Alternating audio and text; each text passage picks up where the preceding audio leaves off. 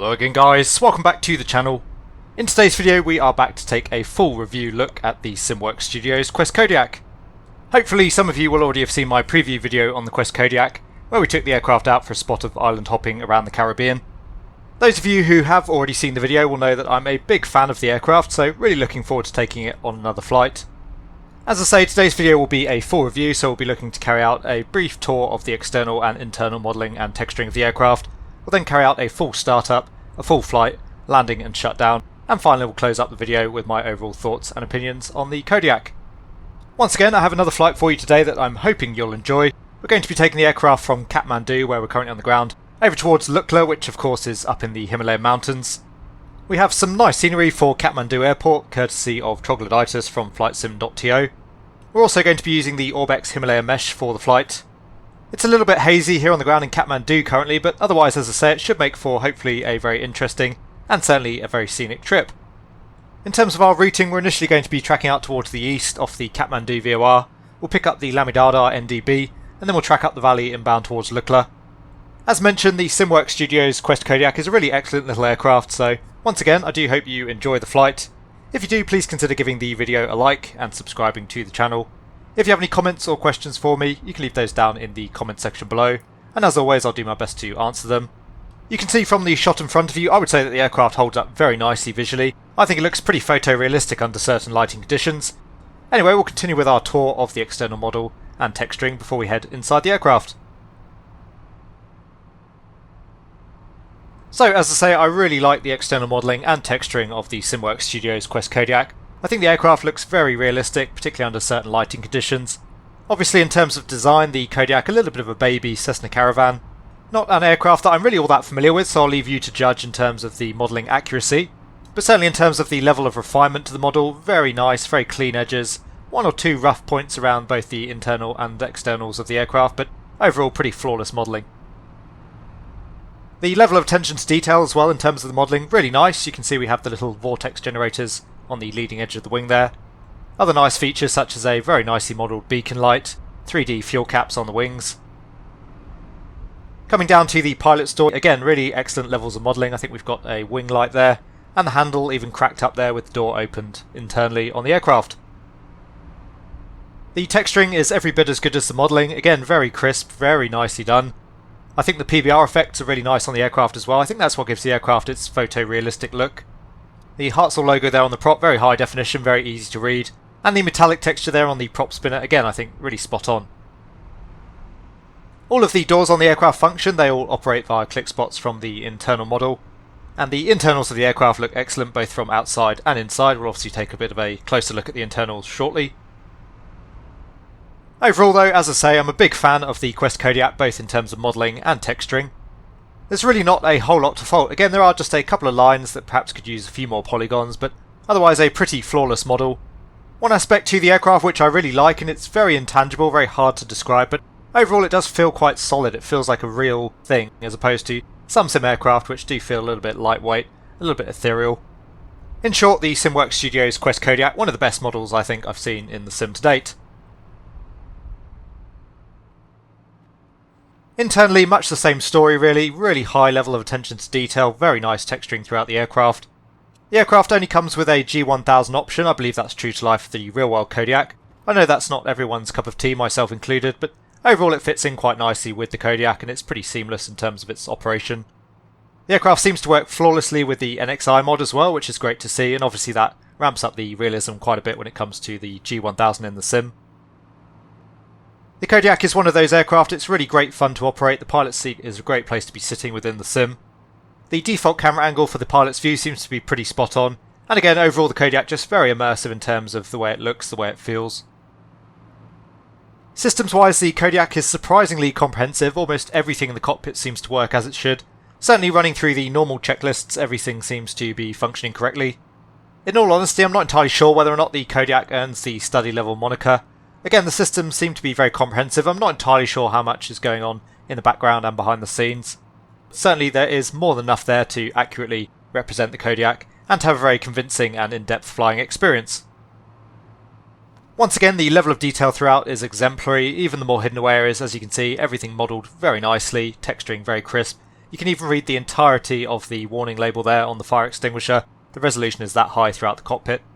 Just touching back on the systems again briefly, you can see there's a circuit breaker panel just down on the left side of the screen. I've tried some of the circuit breakers, they seem to be functional as well, so again, very comprehensive systems modelling throughout the aircraft. One small detail which I really feel highlights just how much love, care and attention went into the Kodiak. You can see there the cabling coming off the main panel and into the yoke. As we move the yoke, you'll notice that the cabling actually moves in accordance with the yoke in all three dimensions. It's only a little detail and it's obviously not something you'll probably notice throughout most of the flight, but it really goes to show just how much polish and care and attention has gone into the add-on. It's little touches like that that I think really go to show just how much effort the developer has put into the product. A quick look at the night lighting, you can see overall pretty nice in terms of options there. We have various instruments, backlighting and cabin lights. I will say that the night lighting perhaps doesn't hold up quite as well as the rest of the product. It's perfectly usable but doesn't quite have that authentic look and feel to it. Lastly, coming down into the cabin, and again really nice level of attention to detail in terms of modelling and texturing. The cabin also holds one of my favourite features of the aircraft. The Kodiak comes with a plethora of options in terms of seating layout, cargo layouts, various configurations to the aircraft. Further to that, we can actually custom add or remove both passengers and cargo, which are a really great option in the sim, the first that I've seen, certainly as far as passengers go. Just by using the sim's default weight and balance menu, we can add or remove passengers and cargo. And now we have a full complement of passengers on board. We've also got some cargo that we're taking up towards Lukla. As you can see for yourselves, really nice modelling in terms of the passengers there, and overall it really ramps up the immersion in the aircraft once again, having that extra functionality, and just a little bit more believable when you look back over your shoulder and you see your passengers on board. So overall the Kodiak, a very strong offering from SimWorks Studios in terms of modelling and texturing. The same goes, as I say, for the systems and also the sounds of the aircraft. Obviously the best way to show off the rest of the product is to now head for the cockpit, and we'll get the Kodiak started up and be on our way. So good morning and welcome to a fairly hazy day here on the ground in Kathmandu. Welcome back once again as well to the SimWorks Studios excellent Quest Kodiak. As you can see, we have all of our passengers and cargo on board. Again, a really nice feature on the aircraft, really ramps up the immersion. Anyway, we'll run through our before start checks. So the pre-flight inspection is complete, passenger briefing is complete, cabin door is closed and latched. We'll close up the cockpit door as well. Really excellent sounds on the aircraft, as you'll see throughout the video. Anyway, the master switch can come on, as can the avionics bus and the auxiliary bus. Parking brake is set and the brakes are checked. Engine inlet is set to normal. Fuel selector valves can both come on. Malaysian 4, go ahead. And the firewall shut off is in. Emergency power lever is set to normal. Power lever is set to idle. Prop control lever is set to feather. And the fuel condition lever will set to cut off. Wing flaps are selected up. And the flaps are visually checked up. Circuit breakers are checked in, and worth noting once again, the circuit breakers do actually function, at least the ones that I've tried, which is really great to see. The cabin heat is off. We'll be starting on the battery, so we'll initialise the secondary screen here on the G1000. Battery voltage looks good. We'll get the nav lights and the beacon light on. Once again, the emergency power lever is set to normal. Prop area is clear. We'll give them a shout. Clear prop. Call gate keyboard, Malaysian 4. And the auxiliary fuel pump can go to on. Just checking there, we do have the auxiliary fuel pump advisory, and the fuel flow is at 0, which we should see. We'll go into low motor for the start, and the ignition can come on. Just waiting till we come up through 14% on the NG, which we now have, and the fuel condition lever can go to low idle. Monitoring the engine as it spools up, we're looking for a maximum of 1090 on the ITT, and just waiting until we come up through 52% on the NG. So there's 52%. Start switch can come off, as can the ignition. Just wait for the engine to stabilise, which it now has, so the prop can come up to max RPM. 122 request further descent. 40 ACL 122. And again, we'll just monitor the engine as it runs up.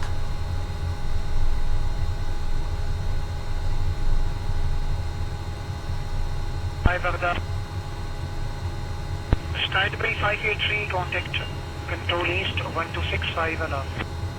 365, standby 583, good day. Saudi 709 are approaching Tapto Muscat 12815 alarm.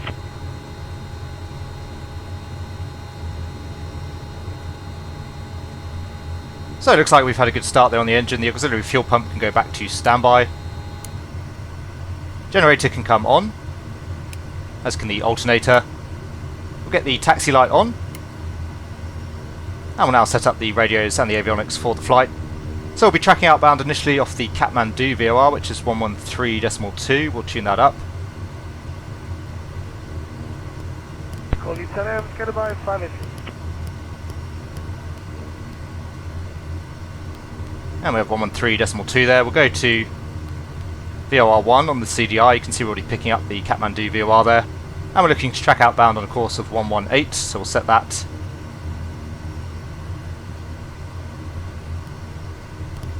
Again? Click spots are a little bit slow to react, so it's going to take us a little bit of time to get round to 118. You're approved. Juliet Echo November. Report 1 start.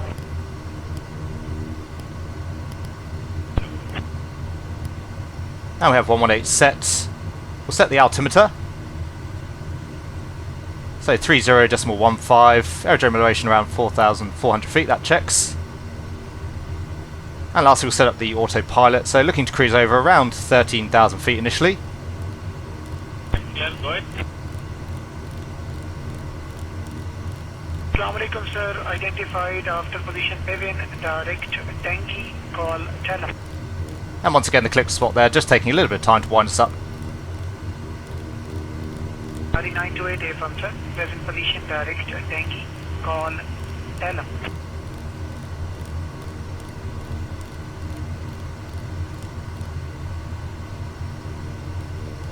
And there we have 13,000 set. So we do have a good start. As you can see, we've already got the route pre-programmed into our Garmin G1000. Let's now head out for the taxi, and I'll meet you once again at the holding point for the runway.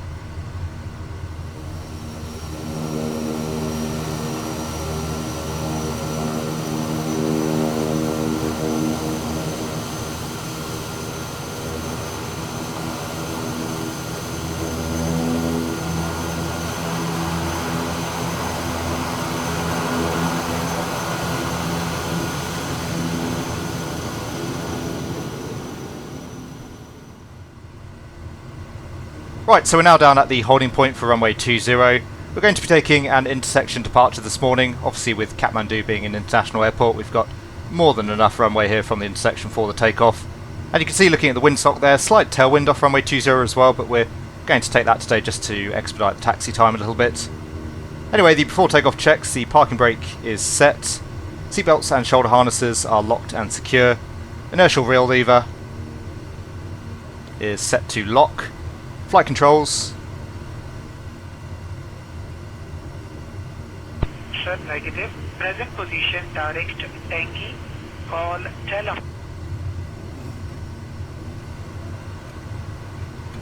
Are full free and in the correct sense. Flight instruments are checked. We'll just set up our heading bug as well for the departure. We'll just set that up initially on runway heading, so 200.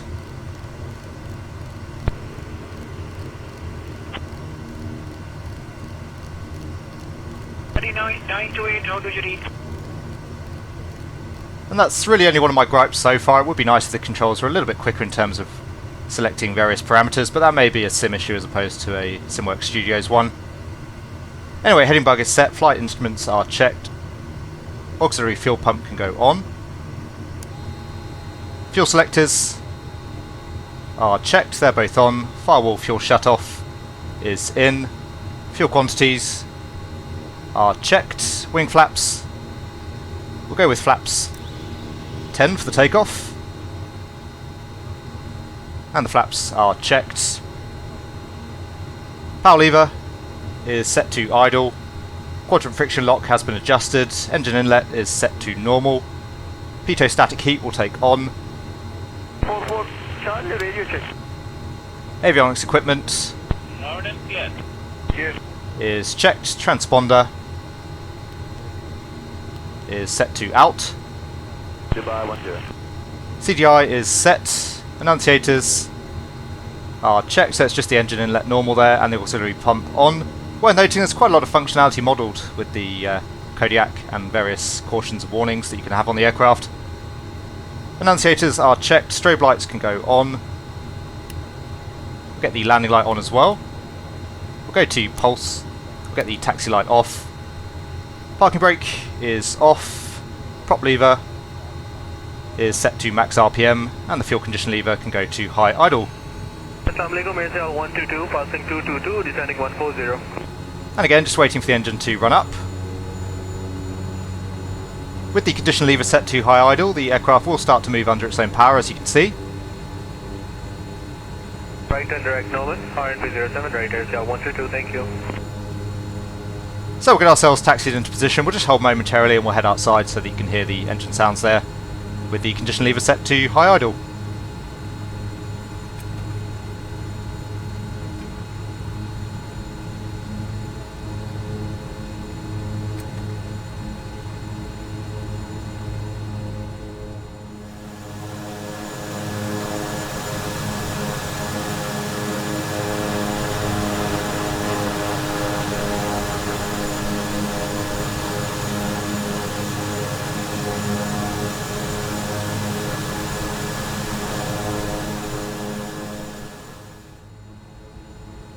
Okay, so just carrying out the last of our before takeoff checks. The wing flaps are set for takeoff, elevator trim is set.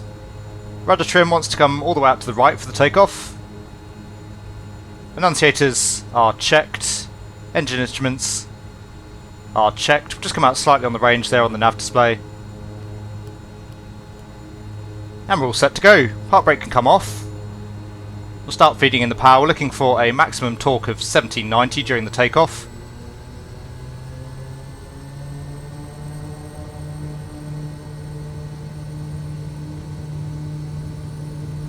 I'm actually having to use a little bit of left rudder here initially to keep the aircraft on the runway centreline with all that right rudder trim.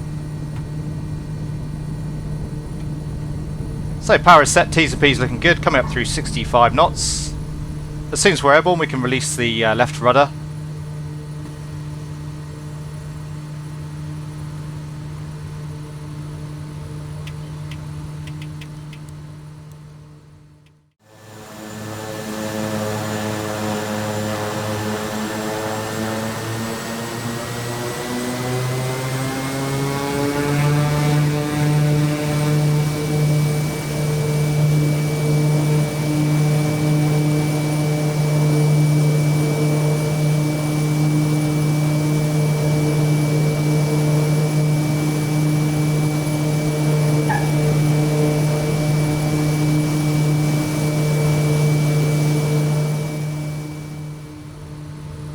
Just pitched down slightly. We're looking for a climb speed of around 110 knots, and we're looking for a maximum torque during the climb of 1670.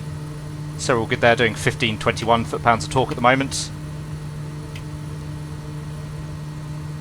And just continuing to feed in that rudder trim back towards neutral as the speed builds up. You can see we're fairly nicely balanced now here in the turn. OAT is currently 8 degrees outside. We've already got the pitot heat on. We'll take the prop heat as well, and the windshield heat,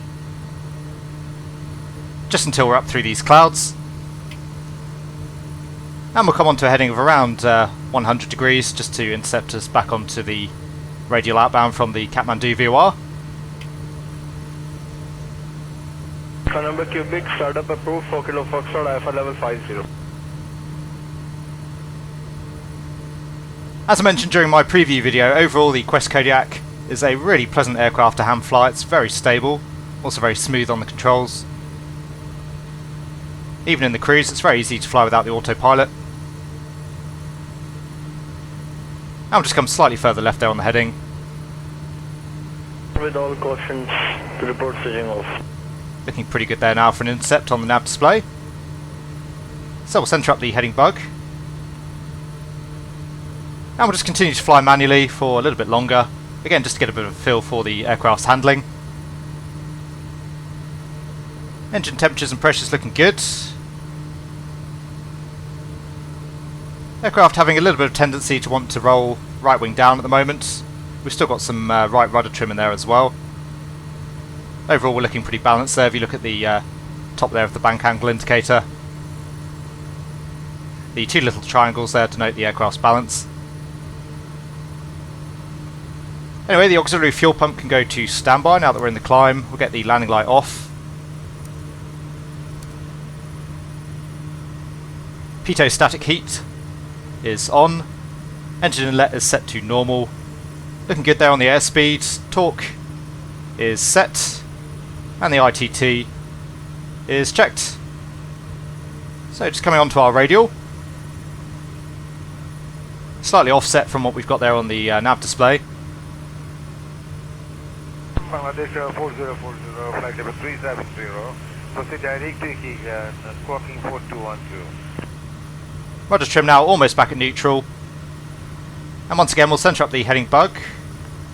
Just coming up through 8,500 feet. We'll fly the aircraft manually up to our cruising altitude, which as I said we're looking for 13,000 feet. And we'll get the autopilot in once we're in the cruise. Even with a pretty good load, we've got our 4 passengers, a bit of cargo on board as well. We're still getting around 1,500 feet per minute rate of climb out of the aircraft, so the Kodiak's a pretty good performer overall. And again, we're not particularly high on the torque. We'll actually come up slightly on the power here. Good morning, R045, level 350, approaching Islam. Just needing to feed in a little bit of rudder now as we do that. Yeah, so I think the flight model of the Kodiak, very nice. I've obviously never flown the Kodiak, but overall it's a very pleasant aircraft to fly and it feels very plausible in terms of how it flies.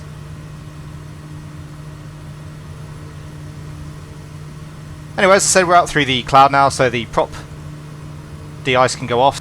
We'll leave the windshield heat on. Appreciate to operate over at Philmill within 3 miles. And again, we'll just come out on the nav display range. Give us a bit of a better view of our initial routing. So the plan, as I mentioned during the introduction, we're tracking outbound initially on the Kathmandu radial. We're going to pick up the Lamidada NDB later on, as you can see, out towards the east. And then we'll use that to track up the valley, and then we'll just fly visually up the valley in towards Lukla. Papa descent flight level 200, further in coordination with destination. So up through 10,000 feet. And just trimming again to keep that speed around 110 knots. Pretty much full up there on the power lever, so that's all the aircraft's going to give us. And that occurred around 11,000 feet. 511, go ahead to test.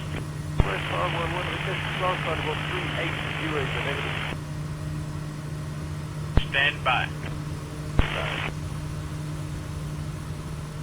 You can see we've got all of the high terrain out to the north of us. And once again, we're using the Orbx Himalayan mesh, so it should look really beautiful for the approach into Lukla later on. Still fairly green down on the ground at the moment, but obviously plenty of snow up in towards the higher terrain.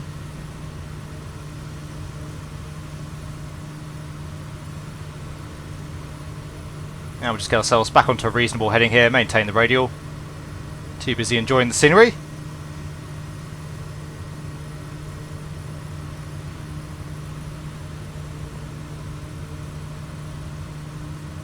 Just come up through 12,000 feet, so we've got 1,000 feet to go. 516, identify the position as maintain 390, reports regular. Overall, again, temperatures and pressures look good. It's always nice to see that an aircraft's been modelled so that you haven't got any spurious or strange indications. 375, Ahmedabad, goodbye, pilot grid. Just adjust our heading bug there slightly. And 500 feet to go now. So we'll get the aircraft levelled off at 13,000. We'll see how we're going on the torque. We might just leave it where we are. It's fairly low now. We're down at 1340 foot-pounds. We'll try and keep a nice high cruise speed over towards Lukla.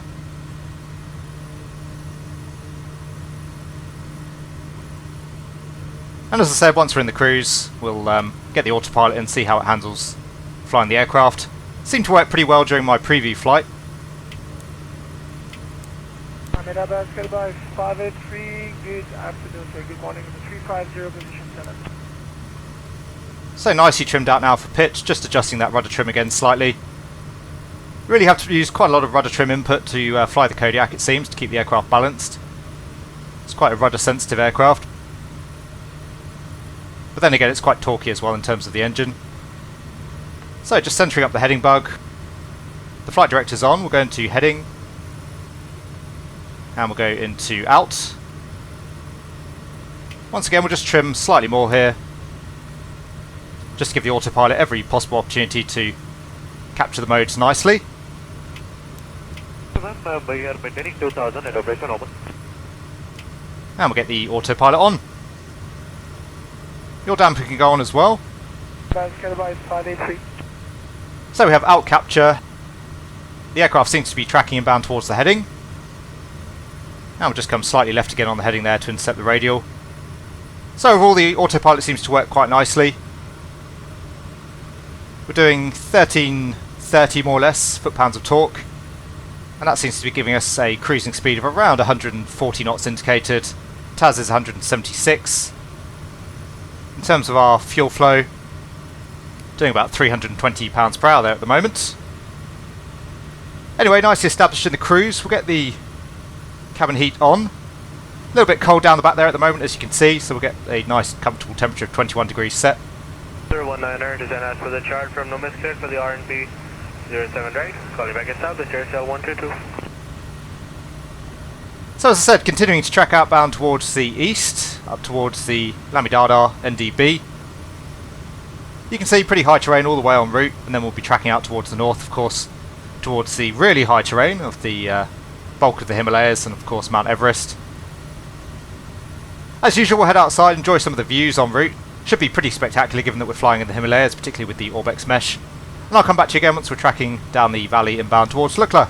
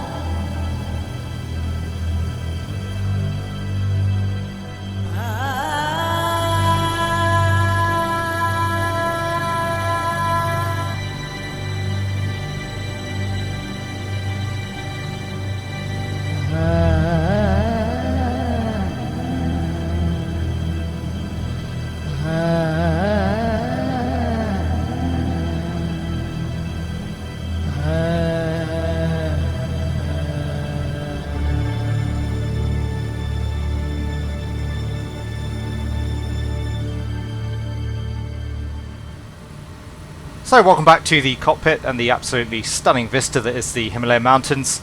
Once again looking all the nicer with the Orbx mesh. Anyway, we're just coming up on our top of descent. We've got about 3 minutes to run here at the moment. We'll take out the autopilot. We'll start coming back on the power. We'll aim for around 500 feet per minute rate of descent. Lukla's down at around 10,000 feet, so we've got about 3,000 feet to lose here. Actually, we'll go for around 1,000 feet initially on the descent rate. In terms of our descent checks, the engine inlet is set to normal. Pitot static heat is on. Altimeter is set. CDI we'll just leave on GPS for now. Seatbelts and shoulder harnesses are secure. Inertial reel is set to lock. We'll get the flight director off. Oddly, deselecting the flight director there doesn't actually seem to kill it, which is a bit strange. That might be an NXI issue or a SIM issue.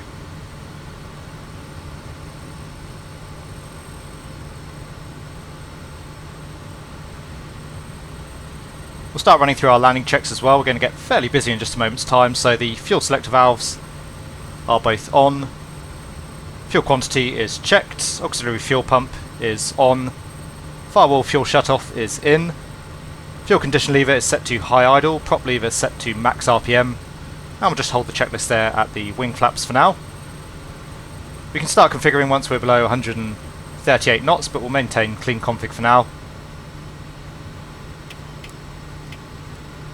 Lukla, as I'm sure many of you are aware, is a pretty infamous approach. It's a very upsloping runway, not really much options in terms of a go-around, so we've really got to make sure we nail the approach, so we'll avoid configuring until we're confident we're going to make the runway. We'll just keep coming back on the power here. I think we're a little bit high here at the moment. Just come in on the nav display there. Back through 138, so we'll take flaps 10.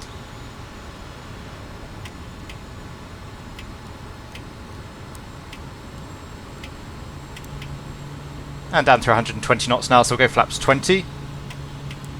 We'll hold off on taking full flap until we are comfortable we're going to make the runway. A little bit tricky to make out at the moment, but I think the runway just off at our 1 o'clock.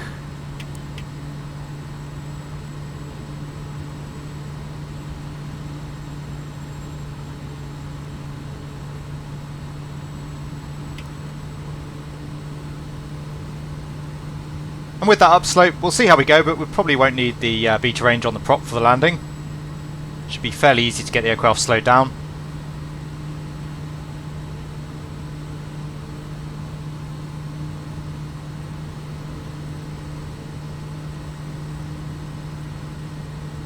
We'll get the landing light on. And we'll get the taxi light on as well ahead of time. So you can see the runway now off the nose. Looks like we're a little bit high here at the moment, but that's to some degree a visual illusion. I'm confident we're going to make the runway though, so we'll take full flap. And we're looking for a V approach for around 85 knots.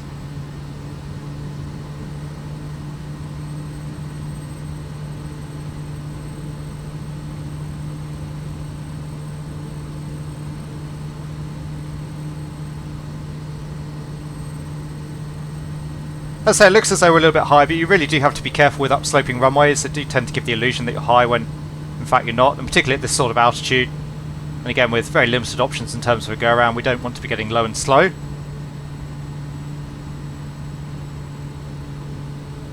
So speed's looking good, landing checks are complete. Cut the power, holding the aircraft off.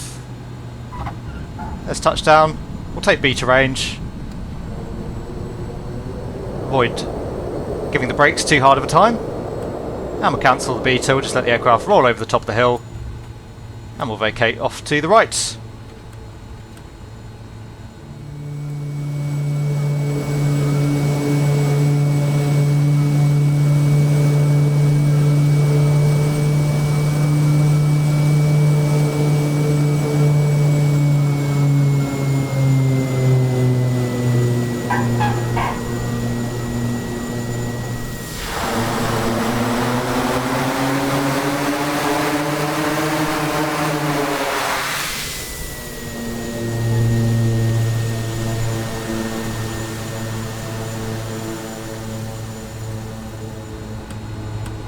Just hold off on the after landing checks until we're parked up. Obviously, pretty busy little terminal area here. Focus on our aircraft clearance.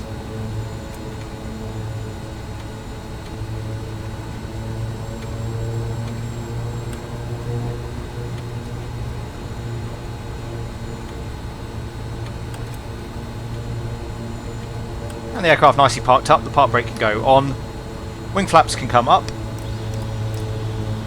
fuel condition lever can go to low idle, so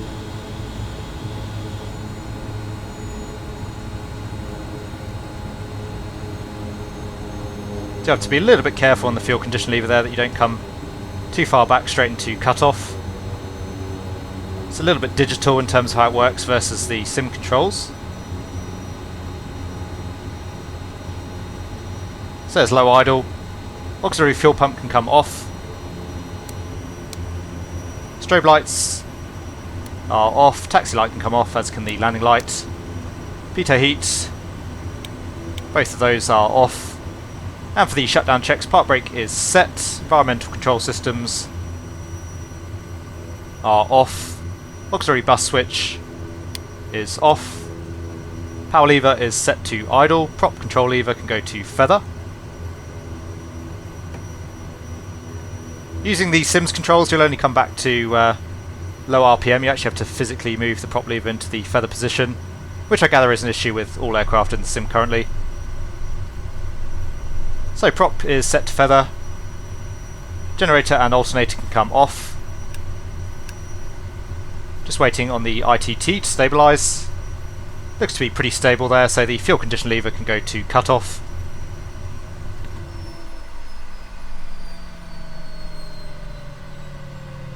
Light switches, we'll get the beacon off, we'll leave the nav lights on, fuel selectors can come off,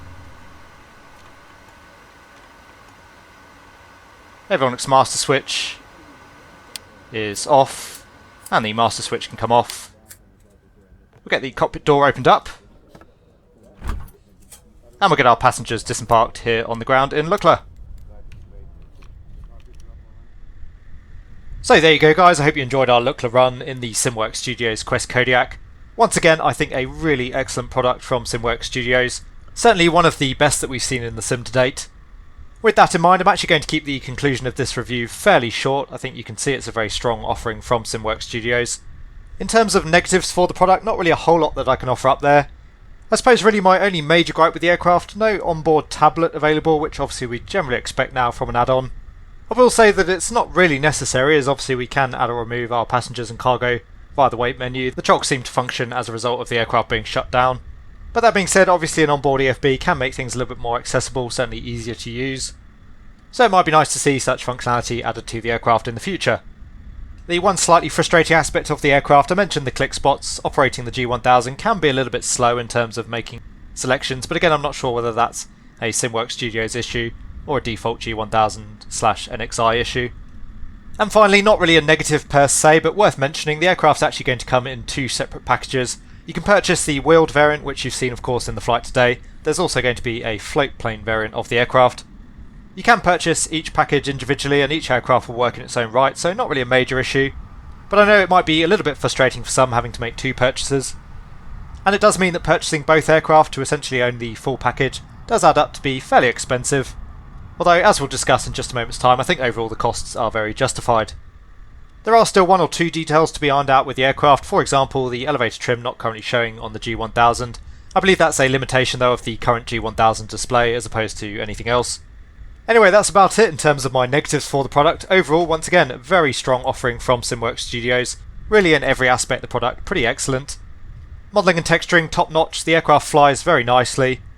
I haven't flown the real-world Kodiak, but it certainly feels very representative of the aircraft type. Systems fidelity, as we've discussed, really excellent, and the same goes for the sounds, really excellent sounds, really nothing I can fault there. And as I often mention during my reviews, I think sounds are really one of those big things that help to ramp up the immersion. We've touched on immersion quite a few times now, but for me overall the Kodiak one of the most immersive aircraft currently in the sim. And overall the Kodiak one of the best aircraft currently in the sim. I'm planning on making a top 10 add-on video at some point during the start of the new year, and for sure the Kodiak is going to be on that list. I think that says it all really. If you're looking for a decent bush aircraft in the sim, this is a very solid option, one that I would highly recommend. One last thing to mention in terms of FPS, the aircraft's surprisingly friendly given all of its functionality, its excellent modelling and its high resolution textures. Overall I was only losing about 5 FPS versus the default Cessna 152. Anyway guys, I think we'll leave it there. As I say, I don't really have a whole lot more to offer in terms of feedback on the Kodiak, a really excellent product overall. As always, I do hope you enjoyed the video. If you did, please consider giving it a like. If you want to see more content from the channel, then please consider subscribing as well. A very big thank you to SimWorks Studios for letting me take a look at the Quest Kodiak, and a huge thank you as well to my channel members and patrons for all of your support, very much appreciated. As always, I hope all of you are having a great day, take really good care wherever you are, and I will see you all again soon.